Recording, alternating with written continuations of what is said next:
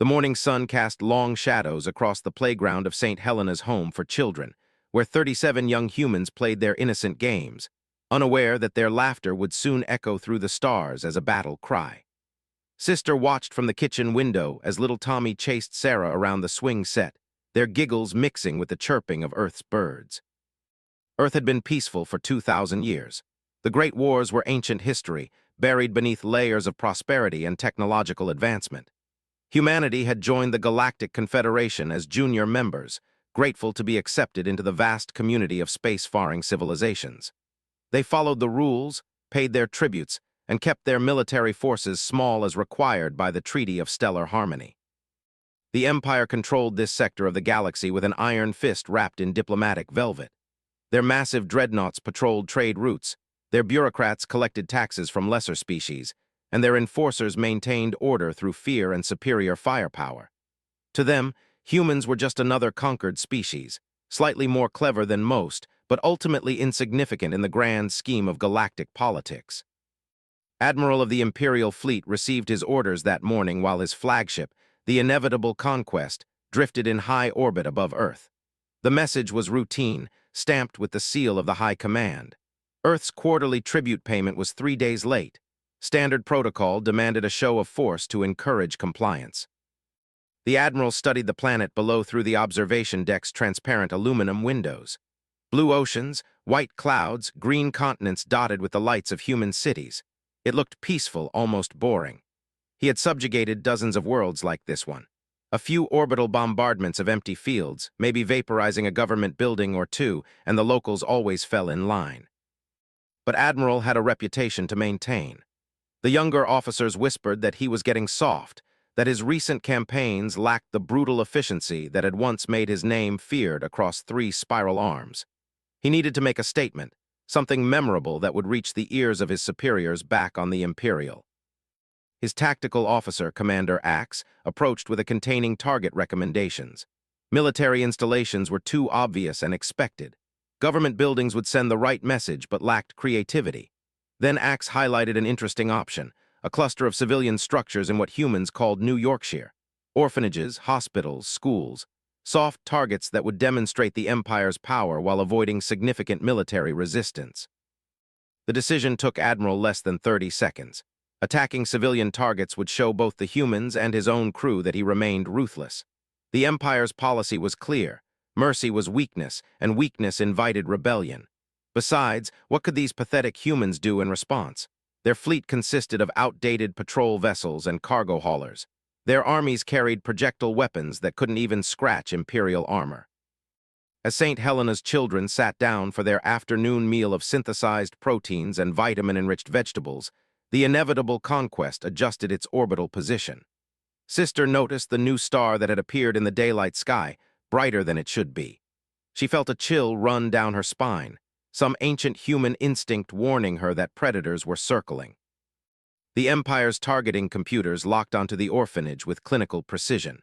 The building's thermal signature showed exactly 37 small life forms and 4 larger ones. The quantum torpedoes were armed and ready, their antimatter warheads capable of turning the entire city block into a crater of molten glass. Tommy was showing Sarah how to fold paper airplanes when the sky turned white. The quantum torpedo struck the orphanage's eastern wing with the force of a miniature sun, instantly vaporizing everything within a 100-meter radius. The shockwave shattered windows for kilometers in every direction and set the surrounding forest ablaze. In orbit, Admiral watched the mushroom cloud rise into Earth's atmosphere with satisfaction. The message had been sent. He turned to his communications officer and ordered him to broadcast the Empire's demands to every government on the planet. Earth had 72 hours to pay their overdue tribute plus a substantial penalty fee, or more civilian targets would be selected at random. What the Admiral didn't know was that one of those 37 children had a big brother.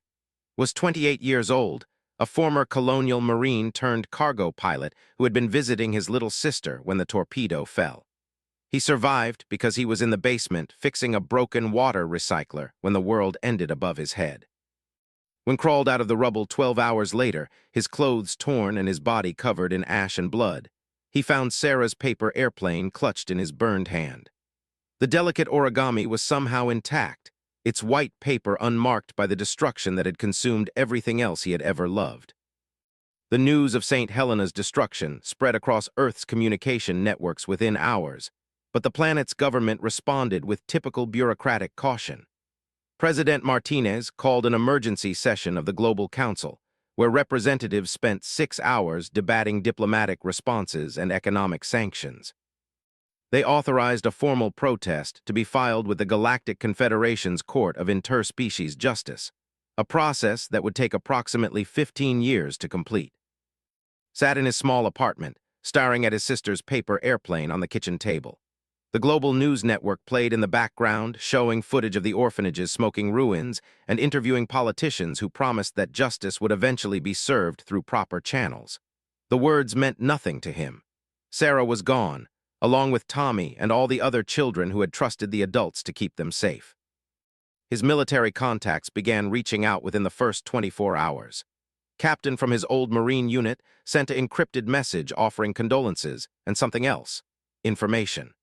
The colonial Marines maintained a network of veterans scattered across human space, men and women who remembered when humanity fought its own battles instead of begging alien bureaucrats for protection.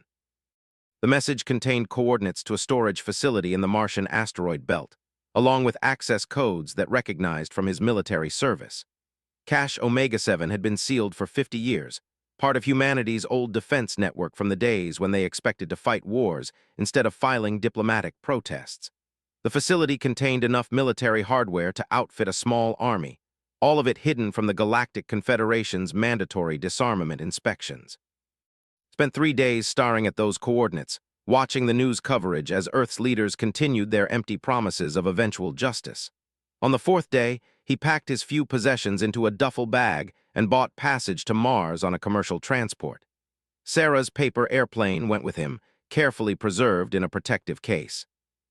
The asteroid belt was a maze of mining operations and industrial platforms, perfect for hiding things that weren't supposed to exist. Cache Omega-7 looked like just another abandoned mining station, its hull by decades of micrometeorite impacts and solar radiation. But when entered the correct access codes, hidden panels slid open to reveal an arsenal that made his marine training look like a children's game. The cache contained weapons that humanity had developed during their violent centuries before joining the Galactic Confederation. Plasma rifles that could melt through starship armor, fusion grenades that burned hotter than stellar cores, powered armor suits that could let a single soldier survive in the vacuum of space while punching through reinforced bulkheads. But the real prize was hidden in the cache's deepest level, a prototype stealth ship called the Knight's Edge. The vessel was only 30 meters long, barely larger than a civilian transport, but it packed more firepower than most Imperial patrol cruisers. Its hull was coated with adaptive camouflage that could mimic the electromagnetic signature of space debris or merchant vessels. Its engines had been designed for hit-and-run tactics against superior forces. Had piloted ships for 10 years, first as a Marine and then as a civilian cargo hauler. The Knight's Edge was unlike anything he had ever seen, but the basic principles were the same: thrust, navigation, life support, weapons control. He spent 2 weeks learning the ship's systems, reading technical manuals that were older than his father. While prepared for war, Admiral was enjoying the fruits of his successful intimidation campaign. Earth's government had paid their overdue tribute along with the penalty fees, transferring enough rare elements and manufactured goods to fund an entire Imperial battle group for 6 months.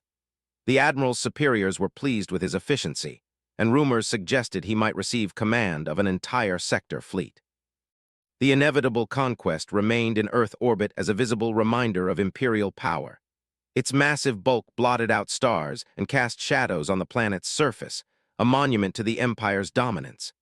Admiral held daily briefings where he reviewed intelligence reports from across human space, looking for signs of dissent or rebellion that might require additional corrective measures. His intelligence network reported the usual meaningless activities: diplomatic protests, memorial services for the dead children, increased security around government buildings. There was no indication that humanity possessed the capability or will to challenge Imperial authority. Their military remained small and poorly equipped. Their leaders continued to seek peaceful solutions through established channels. What the Admiral's spies failed to detect was a single cargo hauler leaving Mars with a manifest listing industrial equipment bound for the outer colonies.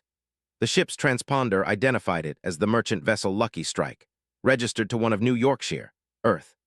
A routine background check revealed that was a former colonial marine whose service record showed no disciplinary actions or signs of extremist sympathies. The Night's Edge slipped past Imperial patrol ships like a ghost, its stealth systems masking its true nature while its pilot studied his enemy with cold precision. Had spent weeks analyzing tactical data from the cache's military computers, learning about ship designs and combat doctrines. He knew their strengths and their weaknesses, understood how they thought and fought. The paper airplane sat in a place of honor on the ship's control panel, a reminder of innocence destroyed and justice. Sarah's small hands had folded those perfect creases with such care, creating something beautiful in a universe that seemed determined to crush beauty beneath the weight of power and politics. Chose to strike during the night shift, when the inevitable Conquest's crew would be at minimum alertness. Imperial doctrine emphasized overwhelming firepower over tactical flexibility, which meant their ships were heavily armed but dependent on early warning systems to detect threats. The Night's Edge approached from the shadow of Earth's moon, its stealth coating absorbing sensor sweeps while its pilot planned his attack with surgical precision. The dreadnought was 1.5 kilometers of armored death, bristling with weapon batteries that could glass entire continents. Its shields could deflect the combined firepower of a human battle fleet, and its armor was thick enough to shrug off nuclear warheads. Admiral considered his flagship to be invulnerable, a mobile fortress that projected Imperial power across the galaxy. But every fortress had weaknesses, and had studied the technical specifications until he knew them better than the ship's own engineers. The inevitable Conquest's primary reactor was protected by multiple layers of shielding, but its cooling systems required external vents that couldn't be armored without compromising efficiency. A small, fast ship with the right weapons could exploit that vulnerability if its pilot was skilled enough and desperate enough. Armed the Night's Edge's quantum torpedoes as he closed to attack range, his hands steady despite the magnitude of what he was about to attempt. He wasn't just attacking a single ship. He was declaring war on an empire that controlled thousands of star systems and commanded fleets that could darken suns. The logical part of his mind whispered that this was suicide, that one man couldn't fight an entire galactic civilization. But logic hadn't saved Sarah. Logic hadn't protected 37 children from becoming casualties in some alien admiral's political games. Logic was a luxury for people who still believed that justice would eventually prevail through proper channels and diplomatic protests. The first torpedo struck the inevitable Conquest's port cooling array with devastating precision, its antimatter warhead detonating inside the reactor's thermal management system. Alarms screamed throughout the massive ship as temperature gauges spiked into the red zone, and automatic safety systems began shutting down critical systems to prevent a cascade failure. Admiral was thrown from his command throne as his flagship shuddered under the impact. Emergency lighting cast blood-red shadows across the bridge, while damage reports flooded in from all sections. The attack had come from nowhere, striking a target that should have been impossible to hit without detailed knowledge of engineering. The second torpedo followed 30 seconds later, punching through the starboard cooling array and sending more critical systems offline. The inevitable Conquest's massive engines began cycling down as their fusion reactors automatically reduced power to prevent catastrophic overheating. The ship that had seemed invulnerable moments before was suddenly crippled and vulnerable. Didn't stop to admire his handiwork. The Night's Edge banked hard to starboard, its engines burning at maximum power as Imperial point defense systems finally locked onto the attacking vessel. Plasma bolts and particle beams lit up the space around the small ship, but its pilot flew with the desperate skill of someone who had nothing left to lose. The dreadnought's main batteries were too large and slow to track such a small, fast target. Its fighter bays were sealed for routine maintenance, leaving only automated defense turrets to engage the attacker. Danced between the weapon's fire like a leaf in a hurricane, using Earth's gravity well and magnetic field to mask his ship's energy signature. But the Night's Edge was outnumbered, and even the best pilot couldn't dodge forever. A particle beam clipped the ship's port wing, overloading the shield generators and sending arcs of electricity through the hull. Warning lights flashed on its console as life support struggled to maintain pressure, and the stealth systems flickered like a dying candle. Admiral regained his footing and began issuing orders with cold fury. His ship was wounded but not destroyed, and he had enough functioning weapons to vaporize the attacking vessel 100 times over. He commanded his gunners to concentrate their fire, to create overlapping fields of destruction that would leave the attacker nowhere to hide. The third quantum torpedo caught the Admiral completely by surprise. Instead of targeting another cooling array or weapon battery, it struck the inevitable Conquest's primary communications array, severing the ship's connection to the rest of the Imperial fleet. The explosion sent fragments of twisted metal spinning into space, while electromagnetic pulse waves scrambled every unshielded electronic system on the ship. Had studied his enemy well enough to understand their psychology, were proud warriors who valued honor and strength above all else. They could accept defeat in open battle, but they couldn't tolerate being humiliated by an inferior opponent. Admiral would want to destroy his attacker personally rather than calling for assistance from other Imperial ships. The Knight's Edge limped away from the crippled dreadnought, its damaged systems barely functional but its pilot's mission accomplished. Hadn't destroyed the inevitable Conquest, but he had done something far more important. He had proven that the Empire could bleed. The ship that had murdered children and threatened worlds was now drifting powerless in Earth's orbit, its crew scrambling to restore basic systems. As the small ship disappeared into the asteroid belt's maze of rocky debris, Admiral stood on his darkened bridge and contemplated the magnitude of what had just occurred. A single human pilot in an obsolete stealth ship had crippled one of the Empire's most powerful dreadnoughts. The attack demonstrated capabilities that humanity wasn't supposed to possess, along with a willingness to use violence that contradicted 50 years of peaceful submission. The Admiral's tactical computers estimated that repairs would take at least 6 weeks, assuming they could obtain replacement parts from Imperial supply depots. But the damage to his reputation might take decades to heal. Word of this humiliation would spread through the fleet like wildfire, carried by junior officers who would whisper about the human who had made Admiral look like a fool. In the depths of space, carefully folded another paper airplane and added it to the collection growing on his pilot's console. Each one represented a promise to his dead sister, a vow that her death would not be forgotten or forgiven. The Empire had thought humanity was weak because they preferred peace to war, but they were about to learn that there was a difference between choosing not to fight and being unable to fight. News of the attack on the inevitable Conquest spread through human space faster than Imperial censors could suppress it. Encrypted communications networks that had been dormant for decades suddenly crackled to life as former military personnel shared tactical data and equipment caches. The paper airplane had become a symbol, its image appearing on walls and computer screens across 100 worlds. Admiral's humiliation was complete when emergency repair ships arrived to find his mighty dreadnought being held in stable orbit by human tugboats. Earth Civilian Space Traffic Control had politely offered assistance when the Imperial flagship began drifting out of its assigned position, an act of helpfulness that somehow felt like the deepest insult of all. But the Admiral's embarrassment was nothing compared to the rage building in the halls of Imperial power. The High Command had spent centuries building a reputation for invincibility, and that reputation was worth more than entire fleets. The attack on their flagship couldn't be allowed to stand unpunished, or other subject species might begin to think that rebellion was possible. Fleet Admiral arrived in the Sol system 3 weeks later, commanding a battle group of 12 heavy cruisers and 40 destroyer escorts. His orders were simple: make an example of humanity that would be remembered for 1,000 years. Every human world was to be occupied, their leadership executed, and their population reduced to manageable levels through selective bombardment. The Imperial fleet took up positions throughout human space, their weapons trained on cities and industrial centers. Transmitted his ultimatum to Earth's government with cold precision. They had 24 hours to surrender unconditionally and deliver the terrorist who had attacked the inevitable Conquest. Failure to comply would result in the systematic destruction of human civilization.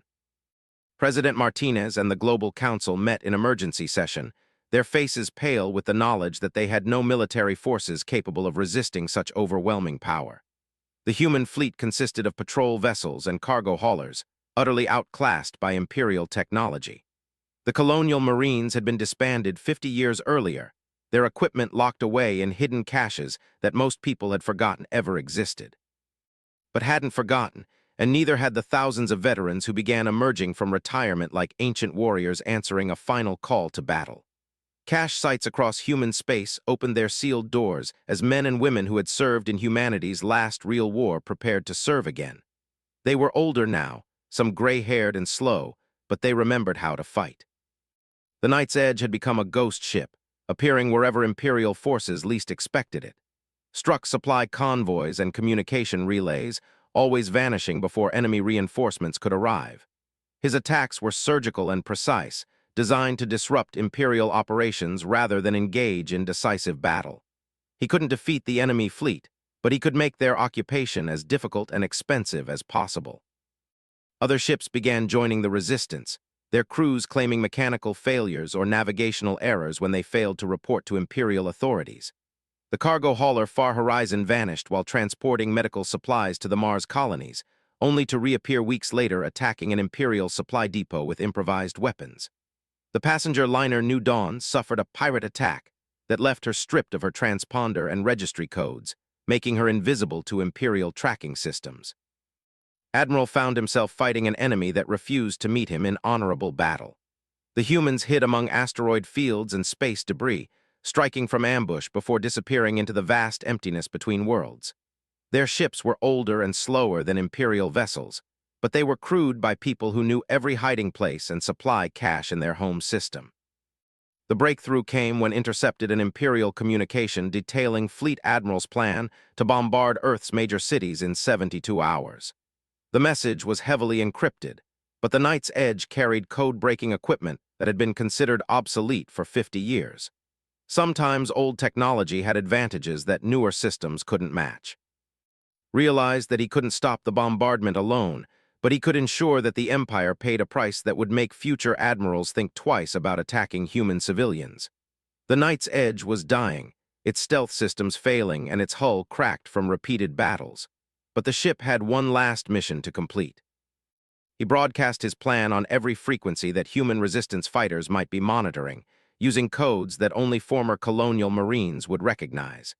The message was simple: converge on Earth orbit at coordinates that would put them directly between the Imperial fleet and the planet's surface. It was a suicide mission, but it was also the only way to buy Earth's evacuation fleets enough time to save some of humanity's population. 47 ships answered call. Cargo haulers and passenger liners, mining barges and scientific research vessels, all of them crewed by volunteers who understood that they were trading their lives for the chance to save others. They formed up in a ragged line between Earth and the Imperial battle group, their improvised weapons powered up and ready for humanity's last stand. Fleet Admiral watched the human formation with something approaching respect. The enemy ships were outnumbered 10-1 and outclassed in every measurable category, but their crews showed no sign of retreating. They held their formation with the discipline of professional soldiers, even though most of them were civilians who had never seen combat. The first salvo from the Imperial fleet lit up space like a miniature star, particle beams and plasma cannons reaching across the void to strike the human line. The cargo hauler Mumbai's Pride exploded instantly, its hull vaporized by energies that could have powered a city for a year.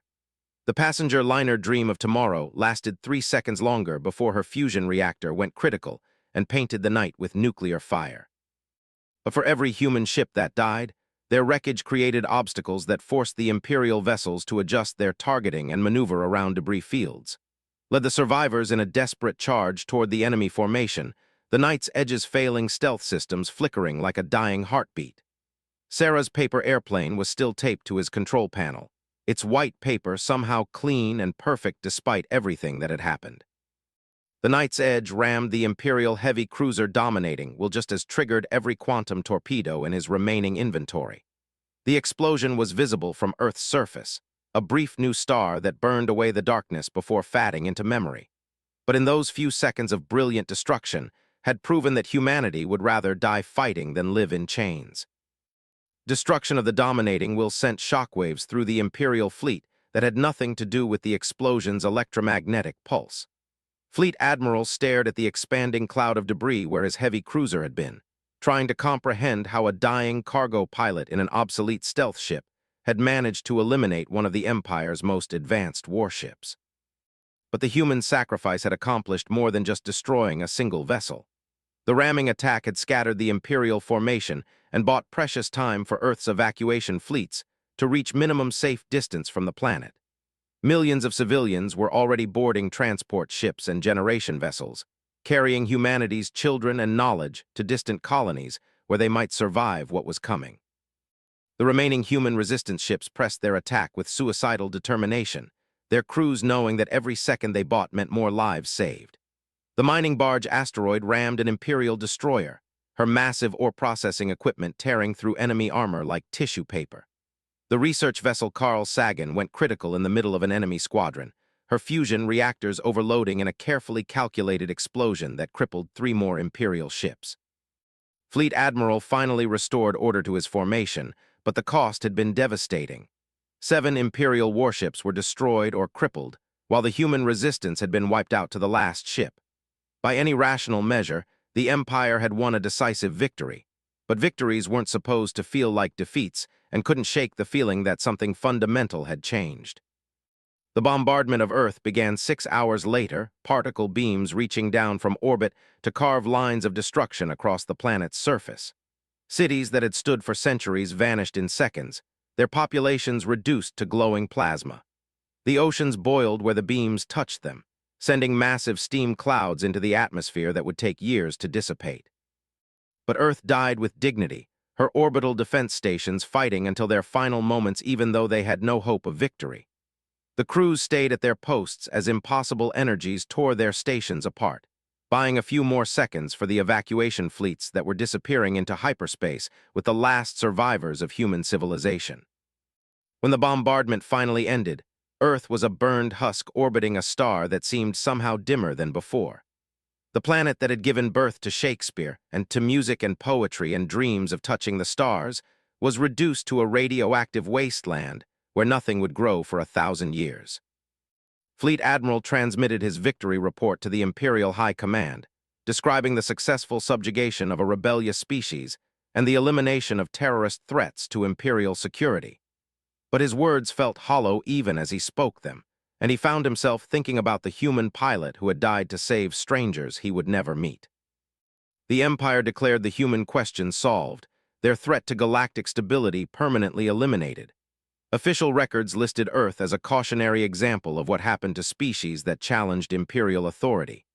The attack on the inevitable conquest was dismissed as the desperate act of a mentally unstable terrorist with access to obsolete weapons technology. But stories have a way of surviving official censorship, especially stories about ordinary people doing extraordinary things. The paper airplane became a symbol that spread through the galaxy's underworld, appearing on the walls of slave quarters and rebel hideouts. The tale of and his sister Sarah was whispered in 12 languages on 100 worlds, growing with each telling until it became legend. The Galactic Confederation's investigation into the human genocide lasted 7 years and concluded that the Empire had acted within their rights as sector governors. The destruction of St. Helena's Orphanage was ruled a legitimate military action, and no compensation was ordered for the surviving human colonies. Justice, it seemed, was a luxury that only applied to species with enough warships to demand it. But in the Outer Rim territories, where Imperial control was weaker and memories longer, human refugees began gathering in secret. They called themselves the Children of St. Helena, and they carried with them more than just the technical knowledge needed to build new worlds. They carried the memory of how 47 civilian ships had faced down an Imperial battle fleet, and how one man's love for his sister had lit a fire that burned across the galaxy. The Empire would rule for another 1,000 years, its fleets patrolling trade routes and its bureaucrats collecting taxes from subject species. But in the dark spaces between stars, in hidden shipyards and secret training camps, humanity's children were learning to be soldiers again. They folded paper airplanes and told stories about the night when Earth's fury broke 2,000 years of peace, when ordinary people chose to die as heroes rather than live as slaves. The orphanage was gone, its children reduced to atoms and memories, but Sister's lesson about protecting the innocent had taken root in ways she never could have imagined. The galaxy was vast and old and cruel, but somewhere in its depths, A new generation of humans was growing up with fire in their hearts and paper airplanes in their pockets. And when they were finally ready, when their ships were built and their crews trained and their weapons proven, they would return to the stars with a simple message: that some things are worth fighting for, some prices are worth paying, and some wrongs demand to be answered with righteous fury that burns brighter than suns. The Empire had taught humanity an important lesson about power and politics and the harsh realities of galactic civilization. Now humanity would return the favor, teaching the galaxy that there was a difference between being conquered and being defeated, between submission and destruction, between peace and the terrible silence that followed when the last child's laughter finally faded away. The war was over, but the reckoning was just beginning.